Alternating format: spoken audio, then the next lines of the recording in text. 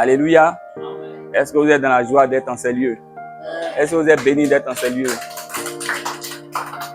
Amen. Gloire soit rendue à Jésus. Ce matin, je ne serai pas long dans la parole. Ce matin, mon thème est le suivant. Rapporter, c'est supporter. Amen. Dis à celui qui est à côté de toi, rapporter. Dis-lui, rapporter, c'est supporter. Donc, mon thème ce matin, c'est rapporter, c'est supporter. Alléluia. Quand je dis rapporter, c'est supporter, je ne suis pas en train de dire rapporter, c'est faire. Chez nous, les Ivoiriens, on dit, voilà, faire des commérages. Non, c'est pas ça. Des ragots.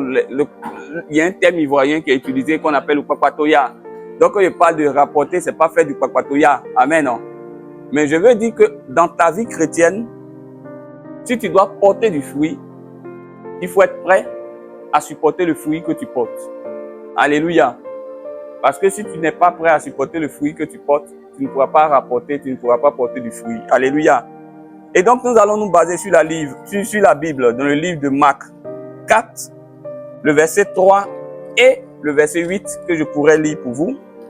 Donc, Marc 4, le verset 3 et le verset 8. Je lis la parole de Dieu.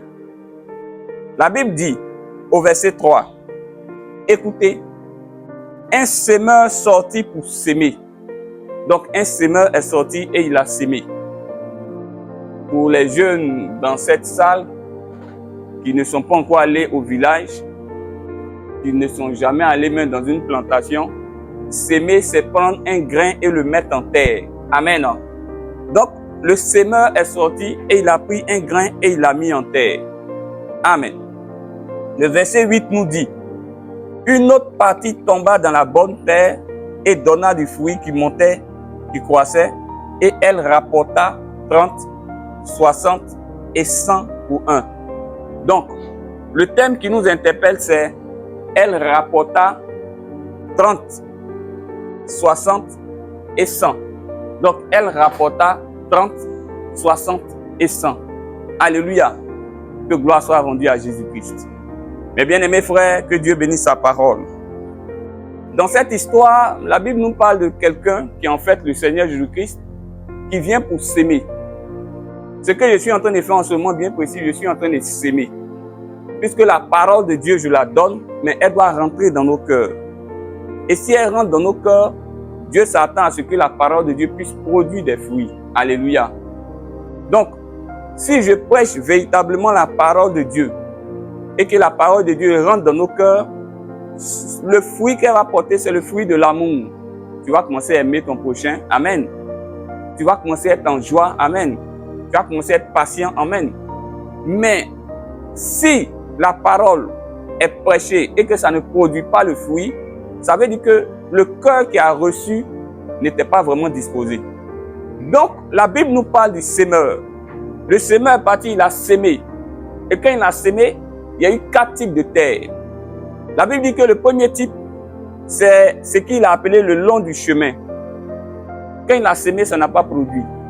Le second type, c'est des terres pierreuses. Quand il a sémé, ça n'a pas produit. Le troisième type, c'est la terre épineuse. Quand il a sémé, ça n'a pas produit.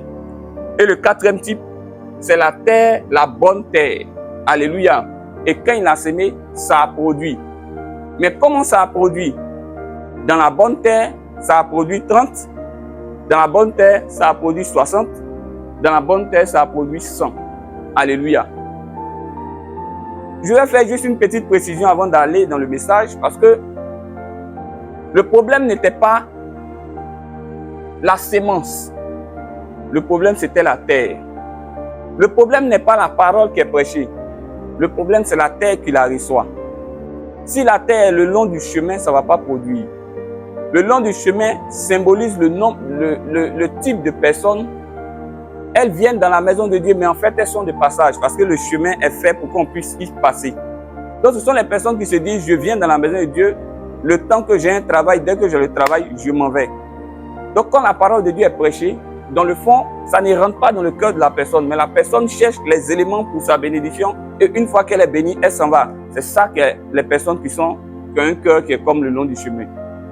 La Bible nous parle de ceux qui ont un cœur comme un cœur pierreux.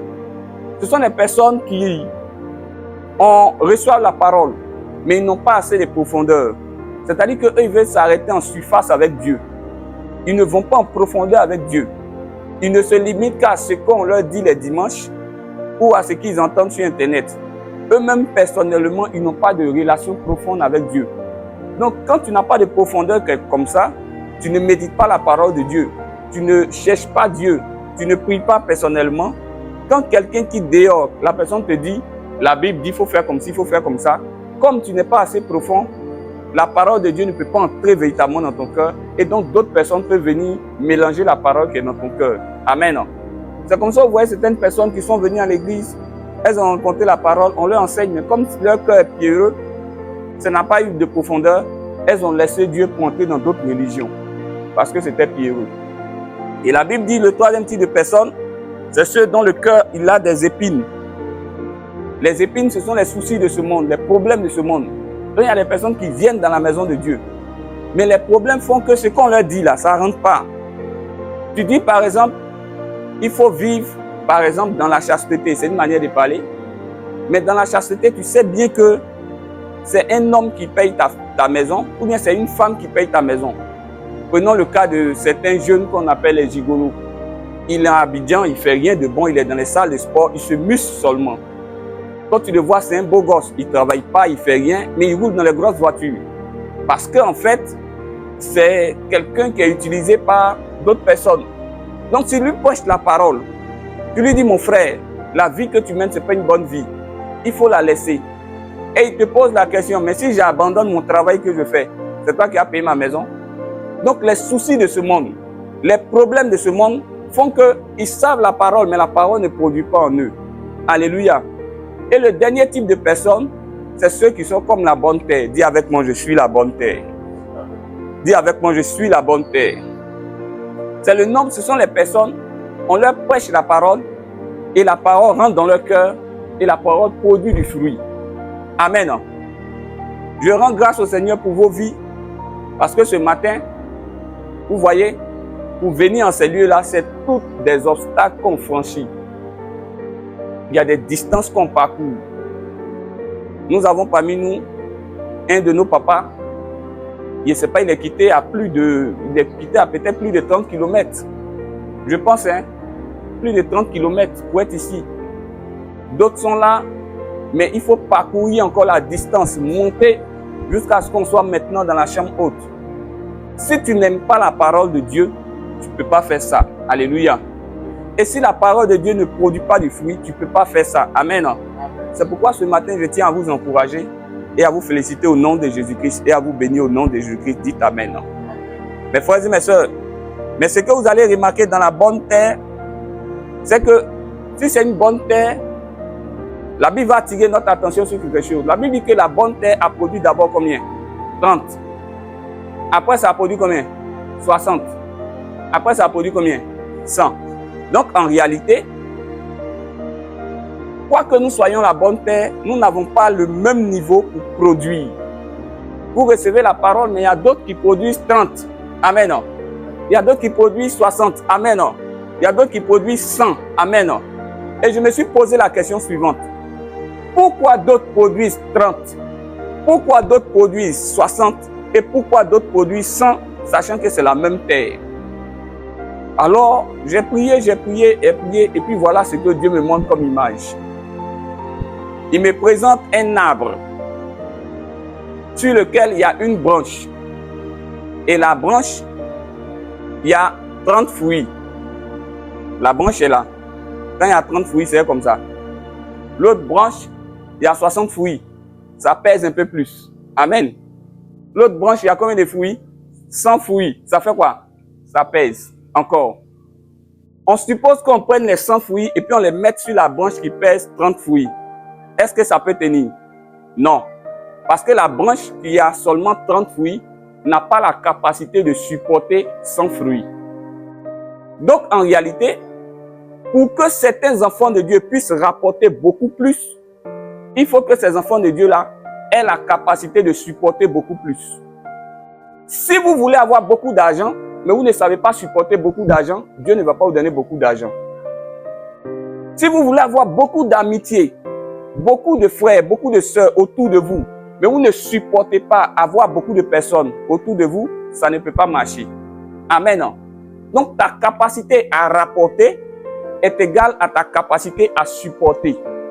Autant que tu veux rapporter, autant que tu dois être prêt à supporter. Amen. Ce matin, si on demande à mon fils qui est là, Isaac, il faut soulever des chaises. Peut-être qu'il va soulever 1, 2. Je ne suis pas sûr qu'il va soulever 3. Parce que sa capacité à soulever dépend de la force à supporter. Donc c'est comme ça. Si vous avez aussi une assemblée que vous voulez multiplier, il faut que dans l'assemblée, les gens aient la capacité de supporter. Amen. Donc si tu n'as pas la capacité de supporter, tu ne peux pas multiplier. Et c'est ça le principe. Jusqu'à où sommes-nous prêts à supporter? Parce que si nous ne supportons pas beaucoup, on ne peut pas avoir beaucoup. Alléluia. Et laissez-moi vous dire, mes frères et mes sœurs, que notre Dieu est celui qui supporte par excellence. Nous prenons nos Bibles ce matin dans le livre d'Ésaïe 46, le verset 3 à 4. Ésaïe 46, le verset 3 à 4. Et je vais demander à une de nos sœurs de le lire. Ésaïe 46, le verset 3 à 4.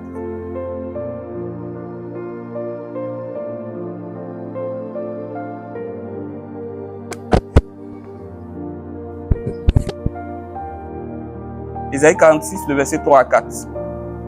Dès que vous le trouvez, vous me le dites, mes sœurs. Ah. Ésaïe 46. Verset 3. Oui. Je lis la parole de Dieu. Amen. Écoutez-moi, Écoutez-moi, maison de Jacob, maison de Jacob, et vous tous, et vous tous, reste de Reste. la maison d'Israël. oui, Vous que j'ai pris à ma charge dès votre origine, que j'ai porté dès votre naissance, jusqu'à votre vieillesse. Je serai le même. Jusqu'à votre vieillesse, je vous soutiendrai, je l'ai fait, et je veux encore vous porter, vous soutenir et vous sauver. Amen.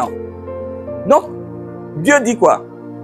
Il dit des choses claires, hein, dans le livre d'Ésaïe 46, le verset 3 à 4. Il dit, écoutez-moi, maison d'Israël. Il dit de l'écouter. Vous tous, reste de la maison. Il dit, vous que j'ai pris en charge dès votre origine. Celui par excellence qui nous supporte, c'est Jésus-Christ. Quand Dieu dit que je vous ai pris en charge dès votre origine, Dieu est en train de dire au moment où nous-mêmes là, on n'était pas encore conscient du fait que Dieu allait mourir à la croix pour nous, il nous avait déjà pris en charge. Il nous avait déjà supporté. Amen. Donc Dieu est celui qui nous supporte par excellence. Mes frères et mes sœurs, qui parmi nous ici mérite la vie? Personne ne mérite la vie par sa force. Il n'y a même pas un pasteur qui a quitté là-bas pour dire que lui, il est parfait. Aucun. Personne ne mérite la vie. Mais la Bible dit, quand même on était insouciant, on ne savait pas ce que c'était la vie, on ne savait pas ce que c'était le monde, on ne savait rien, Dieu nous avait déjà supporté. Amen. Il nous avait déjà soutenu. Amen. Il nous avait déjà accepté. Amen. C'est pourquoi vous voyez que Dieu là, il y a beaucoup de personnes derrière lui. Il a rapporté beaucoup parce que Dieu lui-même là, il supporte beaucoup. Alléluia. Et la Bible nous dit dans la suite, il dit, je vous ai pris à ma charge dès votre origine, je vous ai porté dès votre naissance. Il nous a porté, il nous a supporté, il nous a mis au dos, il nous a pris en charge dès notre naissance. Ici, la naissance est utilisée pour parler de notre fragilité. Quand nous sommes fragiles, Dieu nous supporte. C'est comme nos enfants que vous voyez. L'enfant est sur nous. Cet enfant, il est dans nos bras. On lui a donné la nourriture qu'il fallait lui donner. On a fait tout ce qu'il fallait faire. Mais, à 2h, 3h du matin, le monsieur se réveille, il commence à pleurer. Et comme il pleure, tout le monde doit se lever pour le calmer. Pourquoi on ne le jette pas pour dire « Ah, ça suffit ». dans sa fragilité, il a besoin d'être supporté. Amen. Dans son insouciance, il a besoin d'être supporté. Amen. C'est comme ça Dieu aussi l'a fait. Et par excellence, c'est Dieu qui l'a fait avec nous. Dans nos moments de fragilité, dans les moments où on tombait, on se relevait, Dieu nous supportait. Par excellence, c'est Dieu qui nous supporte. Et Dieu continue encore pour dire, jusqu'à votre vieillesse, je vous supporterai, je serai le même. À un certain moment donné, quand tu t'occupes de quelqu'un, quand tu supportes quelqu'un, à un certain moment donné, tu dois dire, je suis fatigué. Mon frère, je suis fatigué. Ma soeur, je suis fatigué. Trop, c'est trop. Mais Dieu dit, jusqu'à votre vieillesse. Jusqu'à votre vieillesse, je vous soutiendrai. Ça veut dire que Dieu, il sait que s'il ne nous soutient pas, qui va nous soutenir? Personne. Et il sait aussi que aussi longtemps qu'on va vieillir, même dans sa présence, aussi longtemps qu'on va se parfaire, même dans sa présence, on reste des personnes qui avons besoin de soutien. Et Dieu, il dit qu'il veut nous soutenir. Qui veut recevoir le soutien de Dieu ce matin? Alléluia. C'est pourquoi quand tu es dans les difficultés, il faut t'approcher de Dieu pour dire, Dieu, soutiens-moi. Mes frères et mes sœurs, combien de fois Dieu ne nous a pas enlevé de l'humiliation? Souvent, on pense que c'est notre intelligence, mais c'est la grâce de Dieu. Regardez mes frères et mes sœurs, la crise que notre pays, ceux qui nous écoutent à l'international, nous sommes en Côte d'Ivoire, notre pays a traversé une grave crise, plusieurs graves crises, mais celle qui est la plus récente, c'est celle de 2010-2011. Cette période-là, il n'y a pas de nourriture. Cette période-là, excusez-moi du terme, on tue les gens sauvagement. Il suffit que tu portes un tricot n'importe comment, on t'identifie, on dit toi tu n'es pas dans notre camp, suis-nous. Mais si nous sommes là jusqu'à cette heure, c'est parce que Dieu nous a soutenus. Et Dieu est celui qui soutient, qui supporte par excellence. Dieu aurait pu dire, je vous ai dit de ne pas entrer dans la politique, je vous ai dit de ne pas faire ci, je m'en fous. Mais Dieu nous a soutenus. Parce que jusqu'à notre vieillesse, il nous soutiendra. C'est pourquoi si tu es dans des temps de faiblesse, tu es dans des temps, même si tu es tombé dans le péché, frère, sœur, n'écoute pas le diable qui veut t'accuser pour dire que c'est fini pour toi. Tu ne seras plus rien. Tu es un maudit. Tu es comme ça, n'écoute jamais ses paroles. Va vers ton Dieu qui est prêt à te soutenir. Parce que Dieu t'a rapporté, donc il veut te soutenir. Est-ce que tu le crois ce matin avec moi? Alléluia! Mes frères et mes sœurs, le diable, dans la Bible, un jour je prêcherai là-dessus. Quand la Bible dit, quand vous priez, dites, notre Père qui est aux cieux, que ton nom soit sanctifié, que ton règne vienne. Et puis il dit, ne nous soumets pas à la tentation, mais délivre-nous du malin. Ou bien délivre-nous du mal. Le mal, c'est la nature du diable. Le mal, là, c'est pas une chose. Le mal, c'est une personne, mais qui n'a pas de corps. C'est pourquoi vous lisez dans la Bible que Jésus-Christ était à la table avec ses disciples et il a donné le pain trempé à Judas. Quand il a donné le pain trempé à Judas, la Bible dit que et le diable rentra en lui. Ça veut dire que le diable, c'est un esprit. Le mal, c'est une personne, mais qui cherche un corps. Et si tu ne te disposes pas, le mal va rentrer en toi. Et si le mal rentre en toi, tu es foutu. Tu poses des actions conformément au mal qui est en toi. C'est pourquoi il dit, Seigneur, accorde-nous la grâce d'être délivré du mal. Et mes frères et mes sœurs, le diable veut nous distraire. Le diable, le diable a des noms. Le diable s'appelle le dragon. Il crache le feu. Le diable s'appelle le serpent. Le serpent, il est subtil. Il séduit. Et le diable, il a deux langues. Le serpent, il a deux langues. Ce qu'il dit matin, ce n'est pas ce qu'il dit le soir. Et le diable, c'est un accusateur. Le diable, c'est un trompeur. Le diable, c'est un menteur. Alors, quand tu tombes, le diable te dit, c'est fini pour toi. Que tu es maudit. Tu t'en vas en enfer. Même si tu es dans des temps de faiblesse, approche-toi de Dieu. Dis, Seigneur, soutiens-moi.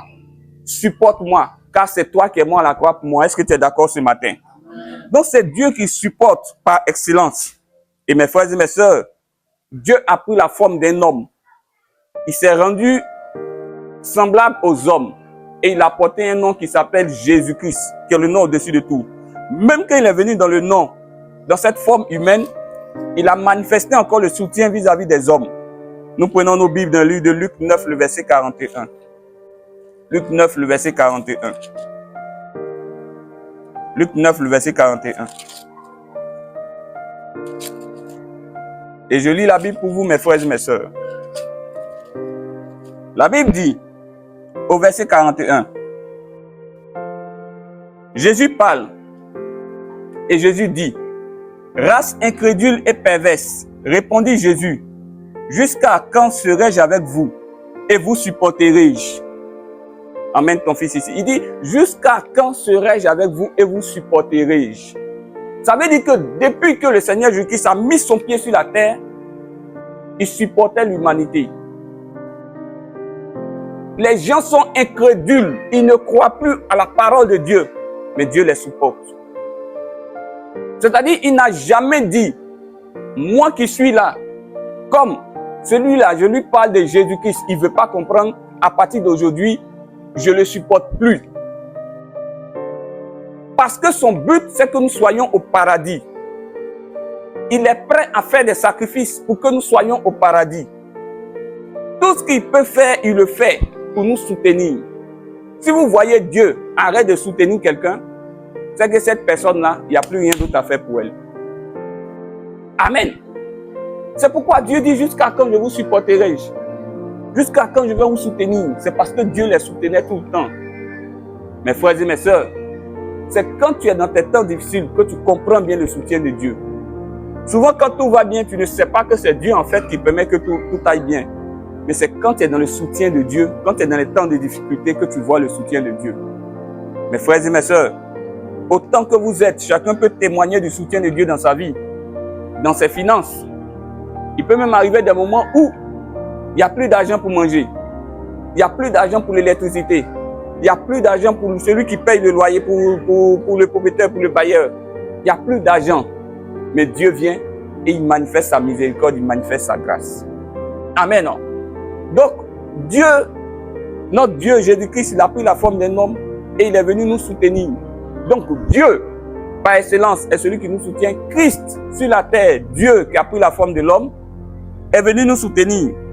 L'apôtre Paul et les autres apôtres, ceux qui ont fait le travail après Jésus-Christ, ils soutenaient et ils soutenaient, et ils soutenaient et ils supportaient.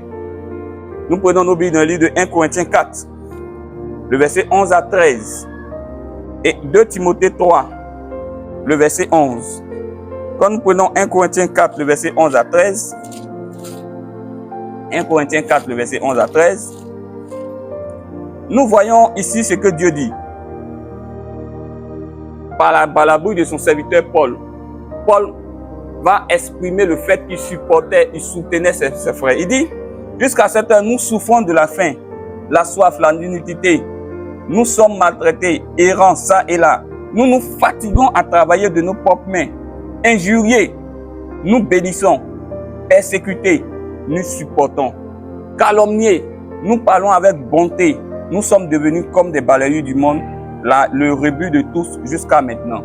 Il dit, Dieu a supporté. Il a pris la forme d'un homme, il a supporté. Mais moi aussi, qui fais le travail de Dieu, j'ai supporté.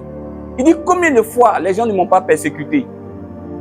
Combien de fois les gens ne m'ont pas humilié? Combien de fois les gens n'ont pas fait du mal? Mais il dit, mon rôle en tant qu'enfant de Dieu, c'est de supporter. Parce que ma mission, c'est de rapporter pour le royaume. Alléluia. J'entends des personnes prêcher. Ce n'est pas parce que quelqu'un prêche que ça veut dire que c'est bon. Ce n'est pas parce qu'on utilise la Bible que ça veut dire que c'est bon. La Bible dit que vous connaîtrez la vérité et la vérité fera quoi? Vous affranchira, vous rendra libre. Tu peux enseigner, ce n'est pas l'enseignement qui rend libre. Ce n'est pas la prédication qui rend libre. C'est la vérité contenue dans la prédication et la vérité contenue dans l'enseignement. Donc chacun peut enseigner ce qu'il veut, mais s'il n'y a pas de vérité dedans, le peuple sera esclave du péché, le peuple sera esclave du mal, et quand Christ viendra, ils vont aller en enfer. Donc, certaines personnes prêchent pour dire, tu m'insultes, je t'insulte. Si celui qui est païen, païen, ceux qui insultent, c'est ceux qui sont les païens. Si celui qui est païen, il t'insulte, toi, il ne faut pas l'insulter, parce que tu n'es pas païen comme lui. Et aujourd'hui, beaucoup de chrétiens veulent prendre eux-mêmes leur propre défense. C'est pourquoi ils respirent la vengeance chaque jour. Ils veulent rendre le mal par le mal. Ils ne sont pas prêts à supporter. Ils veulent se venger coûte que coûte. Quand tu es un enfant de Dieu, et que tu es prompt à te venger, Dieu ne te venge pas. Christ lui-même, qui avait tout le pouvoir sur la terre pour faire ce qu'il voulait faire, regardez sa manière de marcher. Mais aujourd'hui, on préfère imiter le mal. C'est pourquoi, mes frères, je vous dis, des serviteurs comme Paul, des exemples, des modèles dans la Bible, ils ont supporté. La Bible dit qu'est-ce qu'ils ont supporté? La Bible dit qu'ils ont été persécutés, calomniés. Tu vois des gens, ils parlent mal de toi, ils disent du mal de toi, mais ils ont supporté. Parce que leur mission était de rapporter. Et beaucoup de personnes ne supportent pas beaucoup, parce qu'elles ne supportent pas beaucoup. Il faut être prêt à supporter. Alléluia. Quand nous prenons la Bible dans le livre de 2 Timothée 3, le verset 11. 2 Timothée 3, le verset 11. Que nous dit la Bible? Le livre de 2 Timothée 3, le verset 11. Je le lis pour vous. C'est Paul qui le disait. Paul dit, pour toi, tu as suivi de près mon enseignement, ma conduite. Ah oui, à partir de 10, oui. 2 Timothée 3, du verset 10 au verset 11. Pour toi, tu as suivi de près mon enseignement, ma conduite, mes résolutions, ma foi, ma douceur, ma charité, ma constance. Le verset 11, qui nous intéresse, il continue, il dit, mes persécutions, mes souffrances, point. Et puis il dit, à quelle souffrance n'ai-je pas été exposé à Antioche?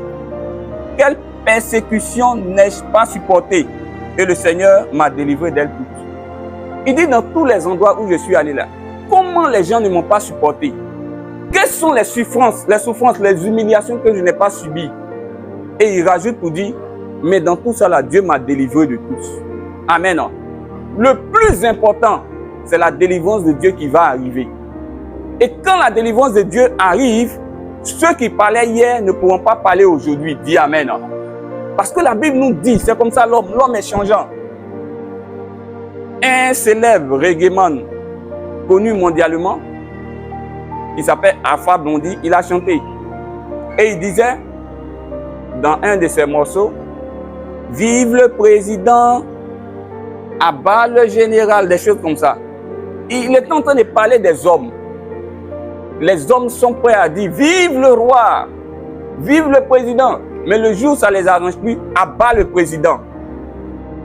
Tu peux commencer par abattre le président et puis après finir par vivre le roi. C'est comme ça. Dans la vie, là, tu ne dois pas vivre au gré des humeurs des hommes. Parce que les humeurs des hommes changent en fonction de leur intérêt. Aujourd'hui, ça les arrange, ils t'applaudissent.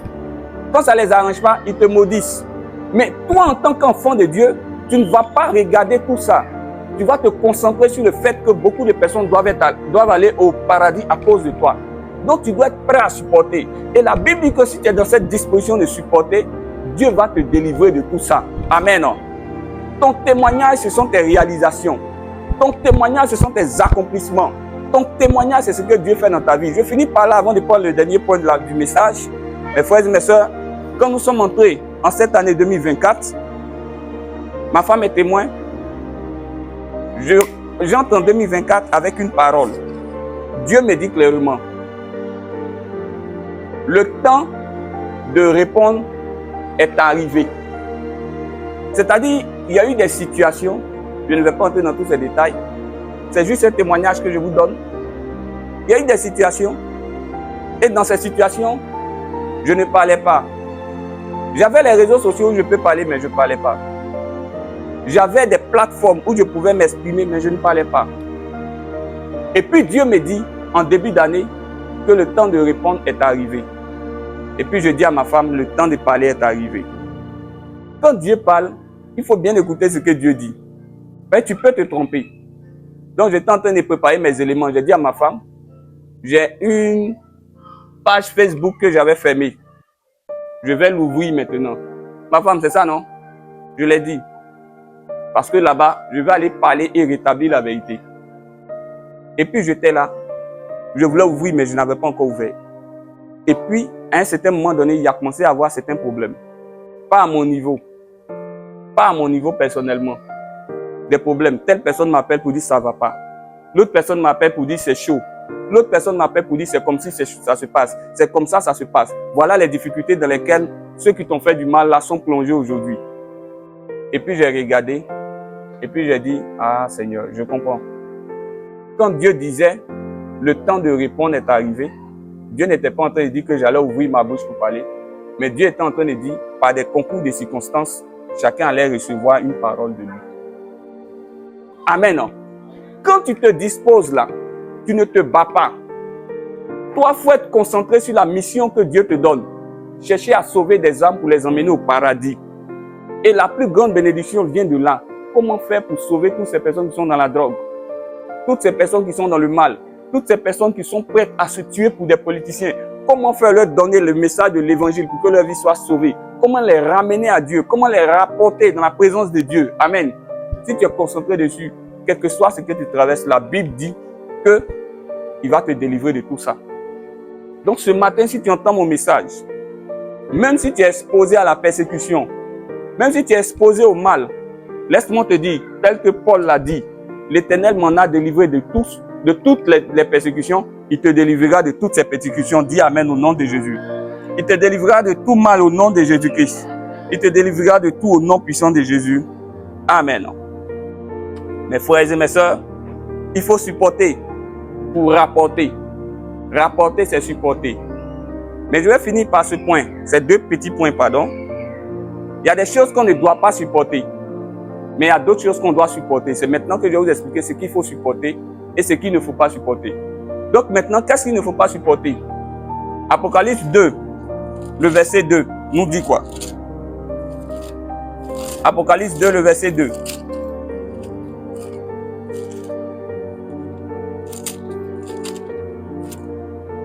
Apocalypse 2, le verset 2 nous dit, « Je connais tes œuvres, ton travail et ta persévérance. Je sais que tu ne peux supporter les méchants. » Vous allez lire la suite. « Je sais que tu ne peux supporter les méchants. » Dieu témoigne de son approbation, de son accord pour ceux qui ne supportent pas les méchants. Je vous ai dit que supporter, c'est accepter, c'est soutenir, apporter son affection, c'est ouvrir son cœur pour recevoir. Mais la Bible ici parle de certaines personnes dont l'attitude était approuvée par Dieu. Ces personnes ne supportaient pas les méchants. Ça veut dire quoi? Il y a des choses qu'il faut supporter, mais il y a certaines choses qu'il ne faut pas supporter. Il ne faut pas supporter la méchanceté. Il ne faut pas supporter les méchants. Tu vois quelqu'un qui est dans une action qui n'est pas bonne, il faut lui dire ce que tu fais n'est pas bon, mon frère. Il ne faut pas supporter la méchanceté. Il ne faut pas supporter l'injustice. Mes frères et mes sœurs, et c'est ce qui est grave dans certains pays. Quand vous regardez nos pays africains, bon, ça se fait partout, hein, mais je prends l'exemple de l'Afrique parce qu'on dit la charité bien ordonnée commence par soi-même. Nos pays africains, le mal se fait sous nos yeux. Pendant que le mal se fait sous nos yeux, on applaudit. Simplement parce que ça ne nous touche pas. Simplement parce que ça ne nous touche pas. Quelqu'un a souffert, il a transpiré, nous tous. Dieu merci, on a une activité dans cette maison où on a déjà eu une activité quelque part, même si nous sommes à la retraite. Aller au travail et revenir le matin, c'est un labeur, c'est la souffrance. Et quand tu saignes, c'est-à-dire que quand tu travailles à la sueur de ton front, la sueur qui coule, la sueur vient du sang. C'est comme si tu es en train chaque fois de te tuer, de t'épuiser. Et le fruit de ce travail, tu le prends, tu achètes un terrain, tu te débrouilles, tu achètes une maison. Quelqu'un vient, il t'enlève ta maison, il t'enlève le terrain, il te spolie de tous tes biens, et puis il y a une partie qui applaudit. Dieu dit de ne pas supporter ça. Supporter, ce n'est pas forcément déclarer publiquement, mais dans ton cœur, tu ne dois pas dire que ça c'est bon. Quand tu vois quelque chose qui n'est pas bon, ton cœur ne doit pas l'accepter. Donc la méchanceté et le méchant, nous ne devons pas supporter ça. Mais qu'est-ce que nous devons supporter? Le temps qui m'est imparti, il est très très court. Il est déjà fini même puisqu'il nous reste 3 minutes pour finir. Donc je vais aller rapidement en vous présentant, au lieu de vous présenter plusieurs versets publics, je vais vous présenter simplement une histoire et puis je vais résumer.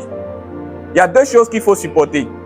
Donc qu'est-ce qu'il faut supporter? Qu'est-ce qu'il faut accepter pour rapporter du fruit? Ça veut dire que si tu veux rapporter, il y a des choses qu'il faut supporter. Première chose qu'il faut supporter, 1, les faiblesses des autres. Dis Amen avec moi. Dis à celui qui est à côté de toi, supporte les faiblesses d'autrui. Parce qu'en fait, Si tu n'arrives pas à supporter les faiblesses d'autrui, tu ne peux pas le gagner à Jésus-Christ. Première chose à supporter. Deuxième chose à supporter, c'est la grâce de Dieu sur la vie des autres. Dis à celui qui est à côté de toi, supporte la grâce de Dieu sur la vie des autres. Si tu n'es pas prêt à accepter de voir l'autre être élevé, pendant que toi tu n'es pas élevé, tu ne peux pas le gagner à Christ. Parce que tu peux évangéliser quelqu'un, mais la personne peut percer spirituellement plus vite que toi. On a un exemple qui est palpable ici. Aujourd'hui, je me tiens à la chair, j'enseigne la parole. Je n'ai pas dit que cette personne n'est pas capable d'enseigner. Elle peut enseigner. Mais c'est ma femme qui m'a parlé de Jésus-Christ quand on était très jeune. C'est elle qui m'a envoyé à l'église. Chaque fois que partait, on échangeait, c'était sur la parole. La parole de Dieu dit ça. La parole de Dieu fait comme si. Elle m'a parlé de Dieu. Mais aujourd'hui, j'enseigne la parole. Elle enseigne, mais pas du haut de la chair. Amen. Mais, si elle n'était pas prête, amen, à supporter le fait que je puisse certainement avoir une petite ascendance spirituelle sur elle, elle n'allait jamais me parler de Jésus-Christ. Et même si elle me parlait de Jésus-Christ, qu'elle me voyait percer spirituellement, elle allait se séparer de moi à cause de la jalousie. Donc, il y a deux choses qu'il faut supporter pour rapporter. La première chose, ce sont les faiblesses des autres, mais il faut aussi supporter la grâce de Dieu sur la vie des autres. Et il y a des personnes qui n'ont pas pu supporter les faiblesses et elles ont chassé. Il y a des personnes qui pensent que être dans une assemblée, c'est seulement recueillir des gens qui sont saints. Non. La Bible dit que ceux qui sont dans la maison de Dieu, c'est ceux qui sont malades. Dieu n'est pas venu pour les bien portants, il est venu pour les malades. Et quand tu es dans un hôpital, il faut être prêt à supporter le sang qui coule, les odeurs de plaies, les odeurs d'alcool.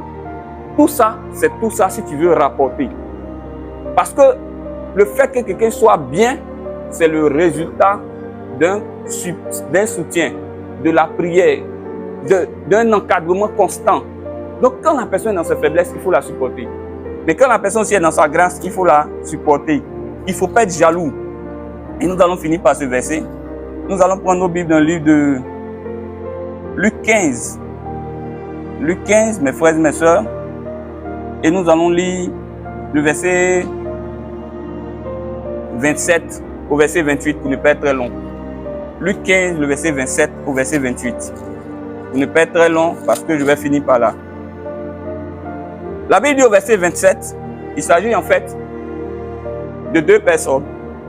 Pardon. Un grand-fils et un petit-fils. Les deux étaient dans la maison de leur père et puis le plus petit dit, Seigneur, mon papa, donne-moi mon héritage, je vais partir. Et le papa a pris l'héritage, il a partagé ça au plus petit et au plus grand. Amen. Et puis, le plus petit est parti, il a tout gaspillé, le bien que son papa lui a donné. Et quand il était en train de revenir, son papa était tellement content que son papa organisait une fête. Quand il organisait la fête, le fils aîné n'était pas là, il était dans les champs. Et il vient, il se renseigne. Je vais maintenant le lire pour vous. Le verset 27 nous dit, quand il s'est renseigné, il appela un des serviteurs et lui demanda ce que c'était. Ça, c'est le verset 26. Le verset 27 dit, ce serviteur lui dit, ton frère est de retour et parce qu'il a retrouvé en bonne santé, ton père a tué un veau gras. La Bible dit que le frère aîné se mit en colère et ne voulut pas entrer. Son père sortit et le pria d'entrer. Mais il dit à son père, voici il y a tant d'années je te sers sans avoir jamais transgressé tes ordres, selon lui. Et jamais tu ne m'as donné un chevreau pour que je puisse me réjouir avec mes amis. Et quand ton fils aîné est venu, celui qui a mangé ton bien avec la prostituée, c'est pour lui que tu as tué le veau gras. Donc, il ne supportait pas le fait que l'autre, il ait gaspillé le bien et qu'il revienne, son père l'accueille. Si le père l'accueille dans la joie, c'est la grâce que Dieu accorde à l'autre.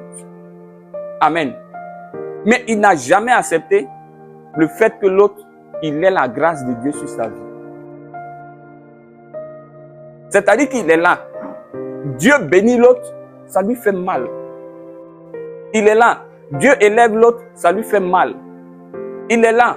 Dieu accueille l'autre, ça lui fait mal. Il est là. Dieu fait la promotion de l'autre, ça lui fait mal. Et le fait de ne pas accepter, de ne pas supporter la grâce qui est sur la vie des autres, la bénédiction qui est sur la vie des autres, la gloire qui est sur la vie des autres, fait que beaucoup n'iront pas au paradis. Parce que regardez mes frères, la Bible dit, beaucoup ne seront pas dans la présence de Dieu, je veux dire. La Bible dit que le verset 31, verset 30, voilà le verset 28, il se mit en colère et ne voulut pas entrer. C'est-à-dire qu'il est resté en dehors de ce qui se faisait dans la maison de Dieu. Il est resté en dehors de la présence de Dieu. Mes frères et mes sœurs, il faut être prêt à supporter la gloire de Dieu sur la vie des autres. Amen. On entend que par exemple, on a un frère qui est parti aux États-Unis. Rendons grâce à Dieu. Amen. On entend que par exemple, on est dans une assemblée. Mais dans notre assemblée, il y a un honorable député. On doit respecter cela et rendre grâce à Dieu. Mais si on met dans notre cœur, pourquoi ce n'est pas moi, que c'est lui, et qu'à cause de ça, notre cœur, on n'arrive pas à supporter cela, on ne peut pas rapporter, on ne peut pas gagner des personnes. Et Dieu ne peut même pas envoyer des personnes dans ces réunions d'assemblée. Mes frères et mes sœurs, le temps est arrivé pour rapporter beaucoup plus. On ne doit pas rapporter seulement 30. 30 c'est beaucoup, mais on doit rapporter 60. 60 c'est beaucoup, mais on peut encore rapporter 100. Aller au maximum. Aller rapporter 100%. Amen. C'est-à-dire se donner corps et âme est un instrument que Dieu va utiliser pour que des âmes soient gagnées. Et l'espace qui est ici deviendra bientôt petit. Parce que tu dois aller, être prêt à supporter, être prêt à rapporter. Tu dis aux personnes de venir à l'église, mais ces personnes ne viennent pas. Tu dois continuer à les évangéliser. Tu dois continuer à prier pour elles. Tu dois continuer à les supporter. Et c'est le prix pour lequel ces personnes-là viendront et seront rapportées. Au nom de Jésus-Christ, que Dieu nous bénisse. Amen. On va dire merci à Dieu pour sa parole. Et on va demander à Dieu d'élargir nos cœurs, de nous accorder la grâce d'avoir des cœurs qui soient prêts à supporter les faiblesses des autres, mais aussi les grâces des autres au nom de Jésus-Christ.